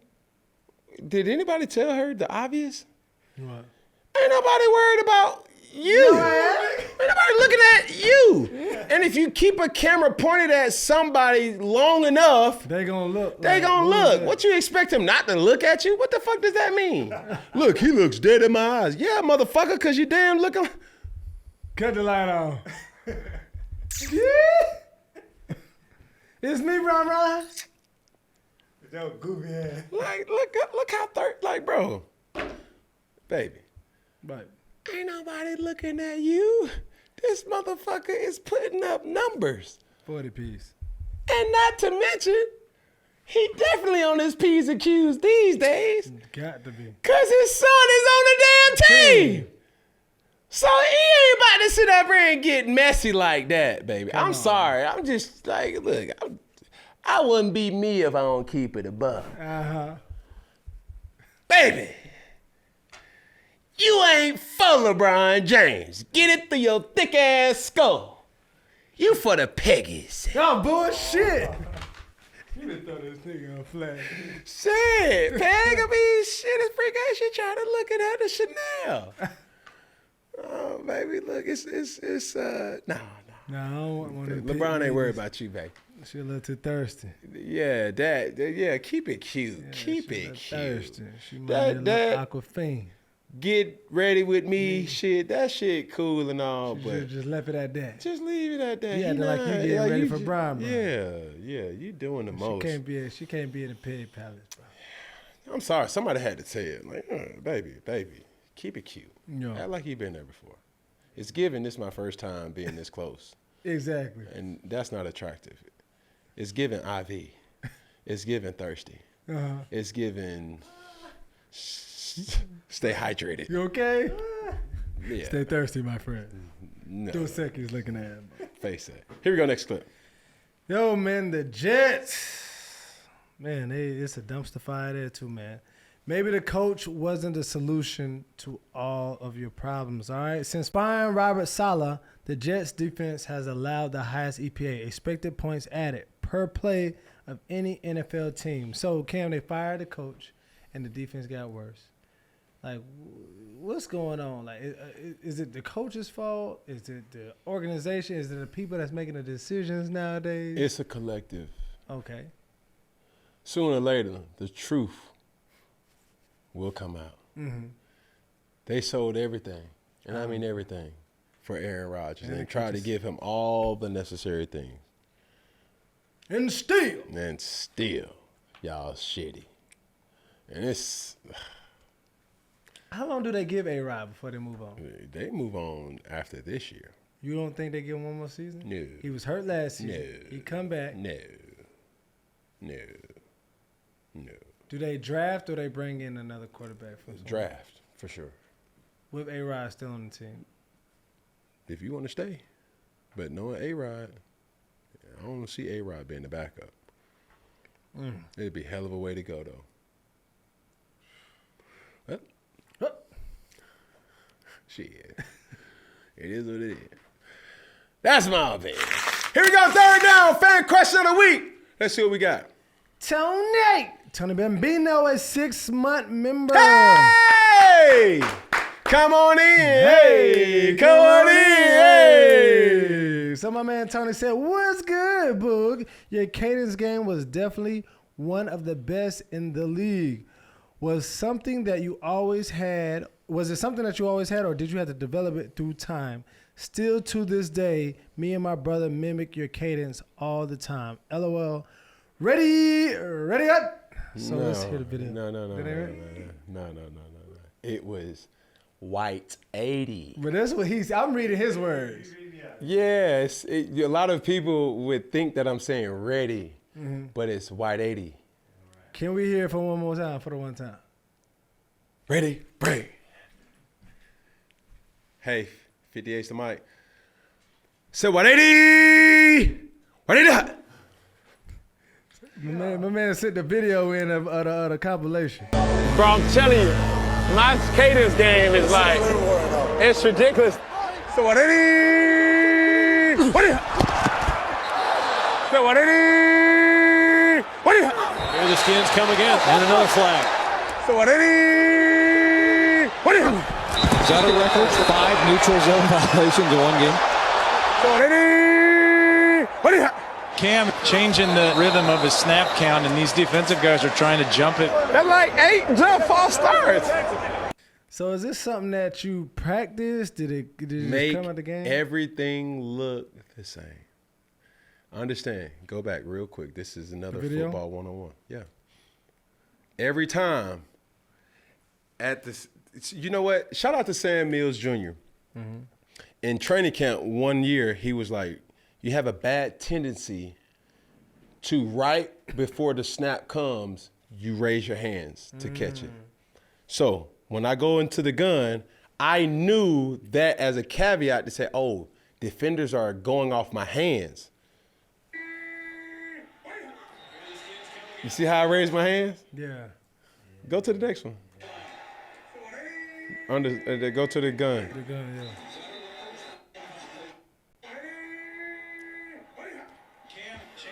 Make sense to you?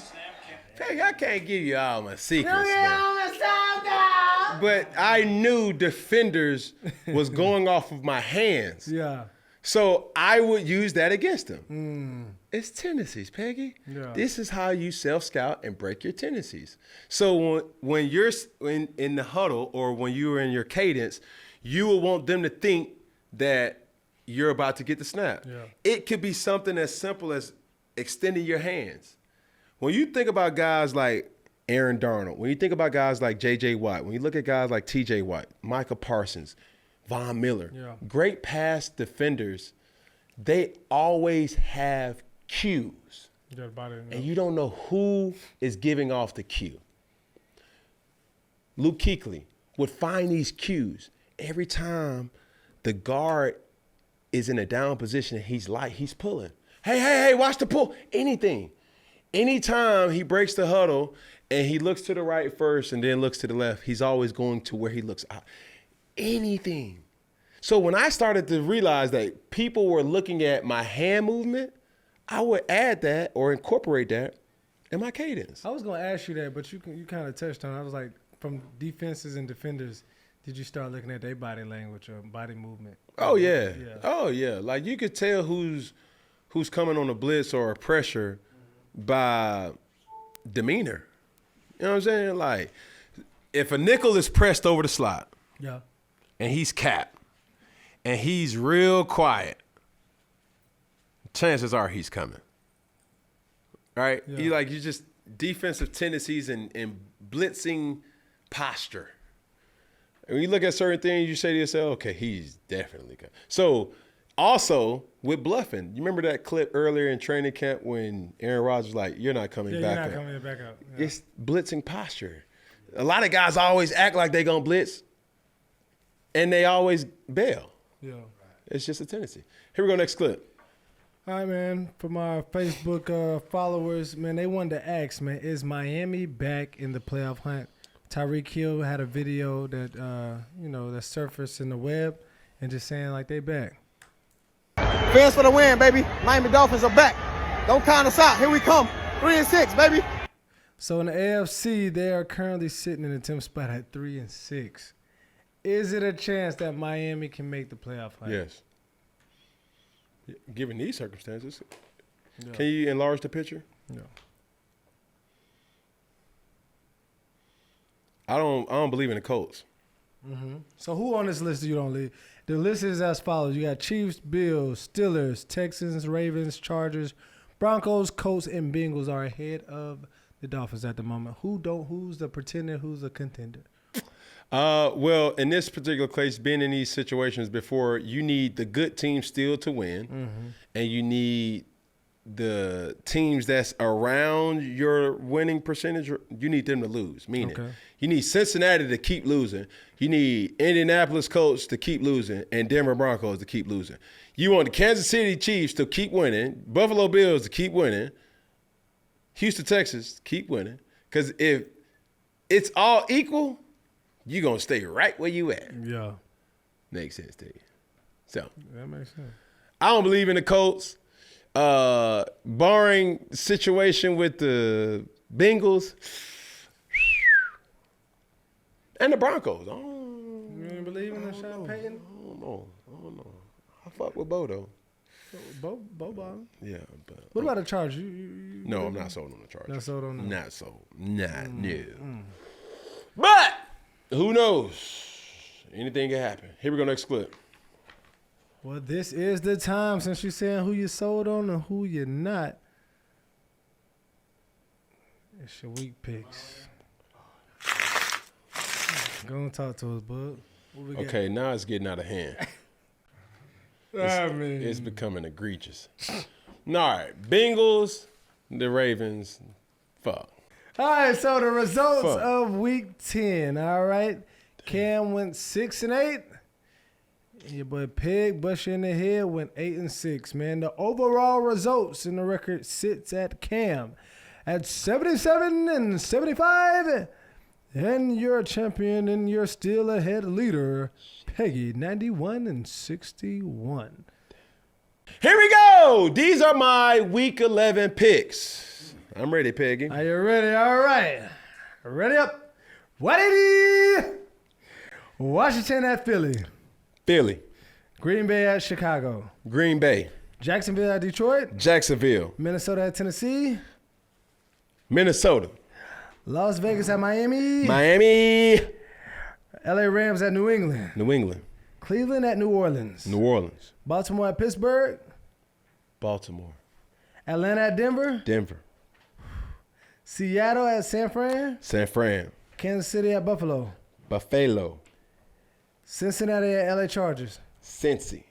Indy at New York Jets. Jets. All right, the Battle of Texas. Houston at Dallas. Houston. Okay. Here we go, Peggy. Washington at Philly. Philly. Green Bay at Chicago. Packers. Jacksonville at Detroit. The D. Minnesota at Tennessee. Minnesota. Vegas at Miami. Miami. Rams at New England. Ram. Cleveland at New Orleans. NOLA. Baltimore at Pittsburgh. Baltimore. Atlanta at Denver. ATL. Seattle at San Francisco. San Fran. Kansas City at Buffalo.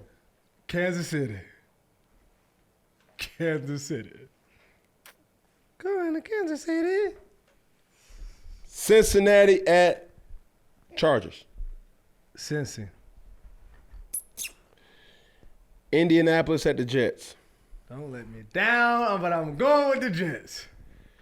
Houston at Dallas. Houston. So we disagree with Atlanta and Denver. Yeah, why you think Denver gonna top Atlanta? I think they're gonna bounce back this They week. play good ball. It's at Denver too. That is at Denver, but Who you went with? Washington at Philly? I went with Philly. Okay. You went with Washington? No. Oh, so hold on now. Jacksonville at Detroit?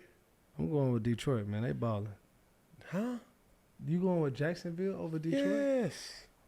They're prime for the Pagans, Peg. This nigga tanking, y'all. Yeah, but he tanking. they still got to play good ball. Like, I don't know. Last week you said it was a nail biter, but Kansas City. It is what it is, bro. At this particular point, we got to figure something out. I mean, you're figuring something, but I don't know if it's out. Here we go, Newton's Law. You ready for this one, Peggy? Let's lock in. This Newton Law is entitled, when are we going to start holding franchises accountable for ruining their quarterback? Not pointing the finger at him. Peggy, we got to start. I believe in accountability. Okay. I don't give a damn if it's a coach, a player, a franchise, or fans. Or reporters. We got to start doing it. Somebody got to do it. What's your point, Peggy? All right, man. It's just an overview, man. A lot of players, not even just quarterbacks, are struggling due to franchises and the decision makers in the franchise. All right. Right. So they never get the forefront. You know, you see the player get the scrutiny, you see the coach get the scrutiny, but never the people that's working behind the scenes. All right. So some of the key points of struggling players, and we're just going to talk about maybe just the Bears, but just in general. All right, so with the Bears, obviously Caleb Williams is in the hot seat right now, but some key points of why he's struggling. All right, coaching instability is hurting the QB development. All right, so it's draft bust. All right, developmental issues, mismanaged roster and financial decisions, comparison with stable franchises and defensive coaches and QB development. So it's a lot of trouble going on in Chicago, and obviously they're just one of the people or the pain points. But it's a lot of differences and differentials within that. I think one of the main things here that's a takeaway, Peggy, is that over the years, how many quarterbacks have been, in the words of our dear friend Breland, shell-shocked because being thrown in the fire too early, or not being prepared properly, or not having a plan. Well, I got some things that I've written down, Peggy. Okay. And these are the things that I'm saying this. Failing to plan is planning to fail. Oh, okay. Go to my next slide here. Over the last couple of years, I have some quarterbacks that have been drafted. And it says here, there have been 30 quarterbacks drafted in the first round in the last 10 years. Some of them successful, some of them unsuccessful. But this is the thing that I want you to understand, Peggy. What's up? In this list, to my point, failing to plan is planning to fail. Okay. Some franchises had plans for their quarterbacks, and some franchises just said, fuck it. Put it out there. Let's see what we got. Yeah. What you got? 2016, Jared Goff. 2017, Patrick Mahomes. All right. 2017, Deshaun Watson. All right. 2018, Baker Mayfield. 2018, Josh Allen. 2018, Lamar Jackson. 2019, Kyle Murray. 2020, Joe Burrow. 2020, Tua Tagovailoa. 2020, Justin Herbert. 2020, Jordan Love. 2021, Trevor Lawrence. And these are the quote-unquote successful quarterbacks. No. These are a handful of quarterbacks that I just want to riddle off their name. Okay. I'm going to make my point here in a second. I'm just giving you these names. 2015, Jameis Winston. 2015, Marcus Mariota. 2021, Zach Wilson.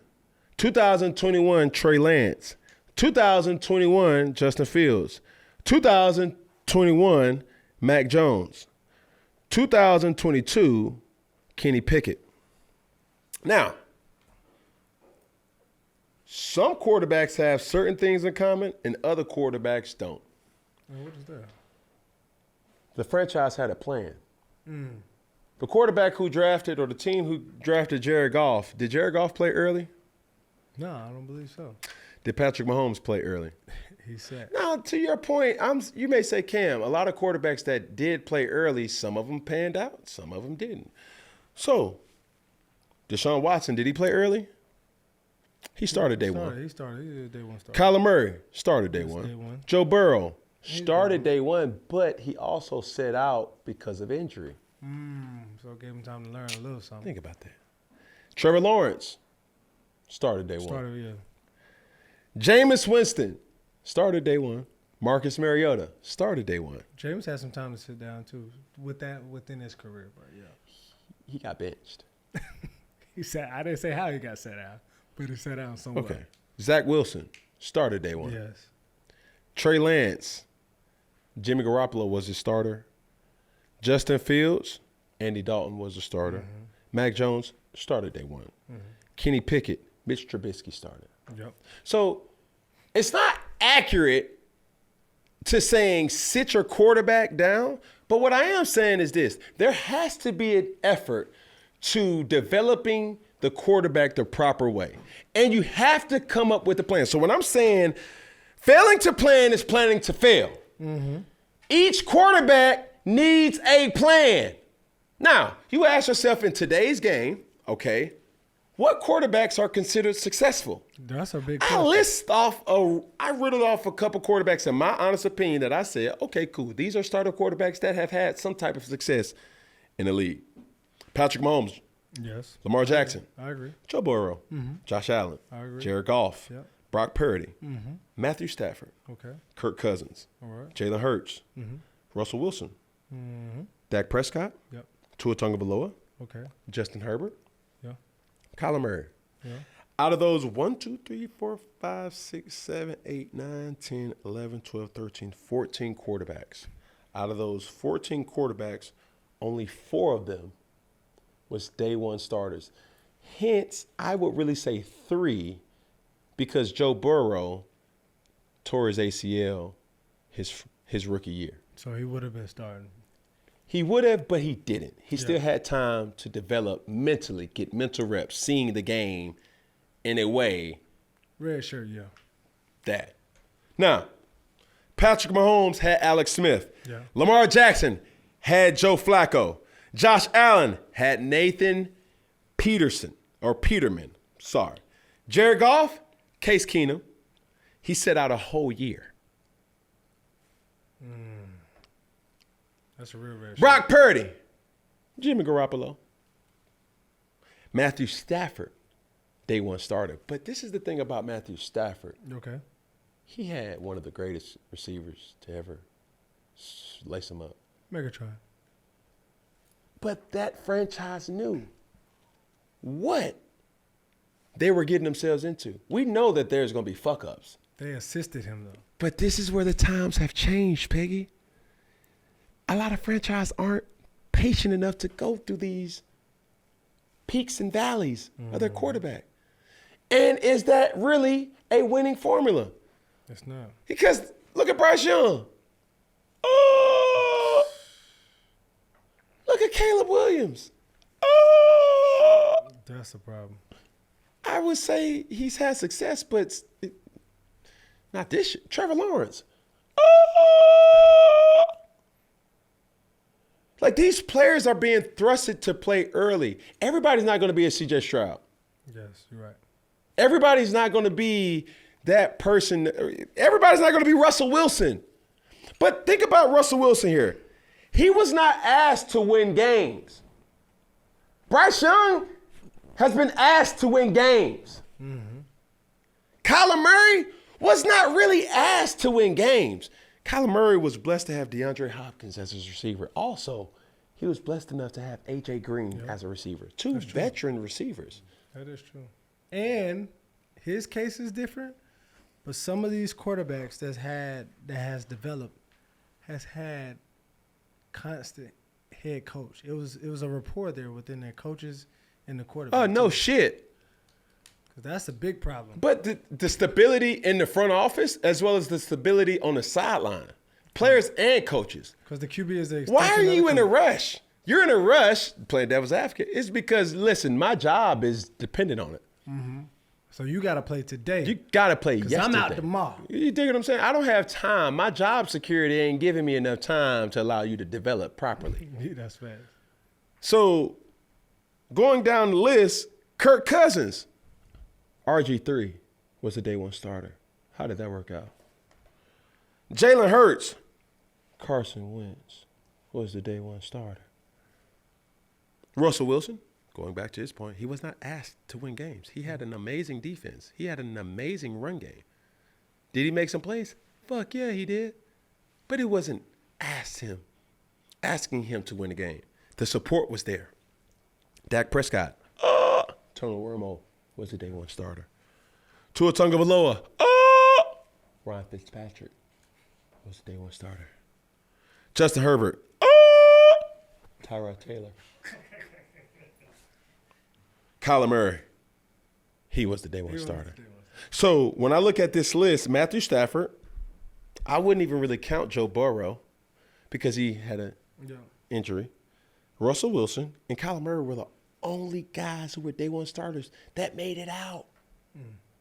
Out the gauntlet. Everybody else, this whole list, now granted, this is within the last 10 years, so, and even far beyond. Guys like EJ Manuel, Blake Bortles, Johnny Manziel, Teddy Bridgewater, Carson Wentz, Paxton Lynch, Mitch Trubisky, Sam Darnold, Josh Rosen, Daniel Jones, Dwayne Haskins, rest in peace, Zach Wilson, Trey. Like, bro, where's the plan? They didn't have one. If you're asking me what the point is this.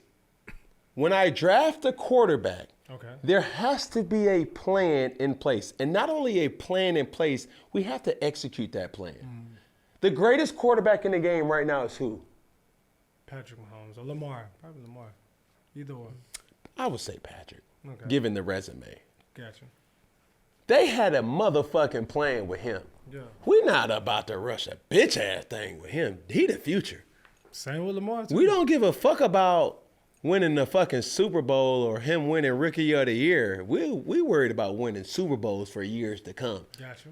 So, yeah, it's contentious. It's like you could say Lamar Jackson, Patrick Mahomes, but they had a motherfucking plan. Where's the fucking plan, Panthers? Where's the fucking plan, Chicago? Everybody's not going to have success like Jaden Daniels. And we still don't know if that's something that we can go off of because it's so early in his career. That's true. Granted, we forget RG3 was that motherfucker. He was that deal. We've seen this happen before in PG County. That's true. Chocolate City. That's right. So before we just get up and say like, shit, relax, right? We have to start developing quarterbacks. We have to start developing players. But do they have time? We have to find a way. Nobody gives a damn. Nobody gives a fuck. Nobody cares if we don't have enough time. Figure it out. Be okay with sitting guys down until you deem that they're ready. Do you think it's better to go through like the losing process just to prepare them? Like, for instance. Oh, I forgot a name. What? Jordan Love. That is true. He sat behind A-Rod. A-Rod. But what if you have a starter that's not getting it done? That's fine. There's other situations. But it's okay to say we have a plan for you. Yeah. Granted, Drake May situation. We're losing. We're not going to the playoffs. So why are we still sitting this guy? We got your mistakes are forgiven. We already was shitty. Yeah. You stinking it up. We already smell shit. What's another log in the damn shit pile? That's facts. You see what I'm saying? Yeah. He's getting his live reps. He just beat the Bears.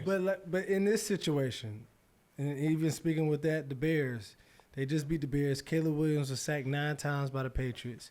And their OC was fired after the game.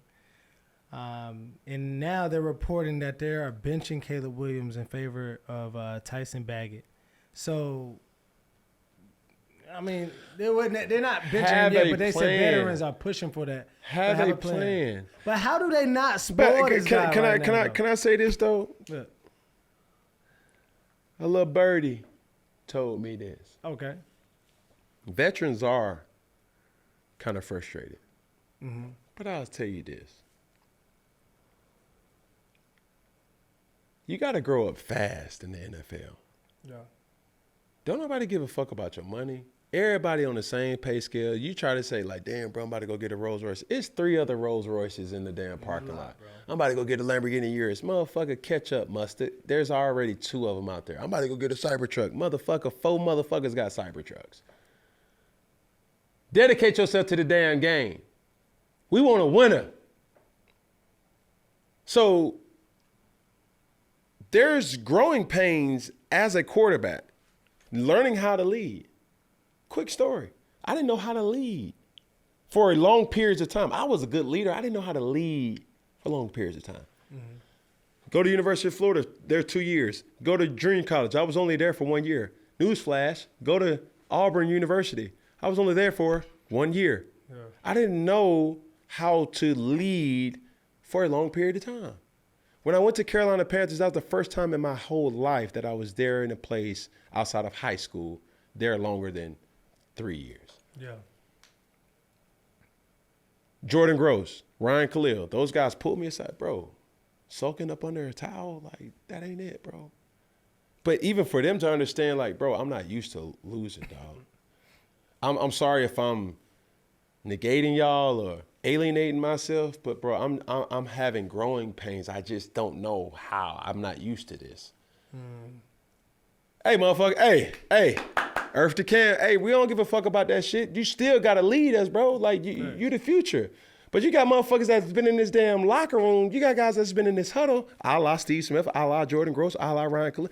Bro, we ready to win. Now. We need you to win. Yeah. So, motherfucker, figure this shit the fuck out. But even, Cam, one thing I want to ask you, even as a young player, how didn't your confidence get destroyed? Like, obviously, you had a great rookie year, like rookie of the year, everything like that.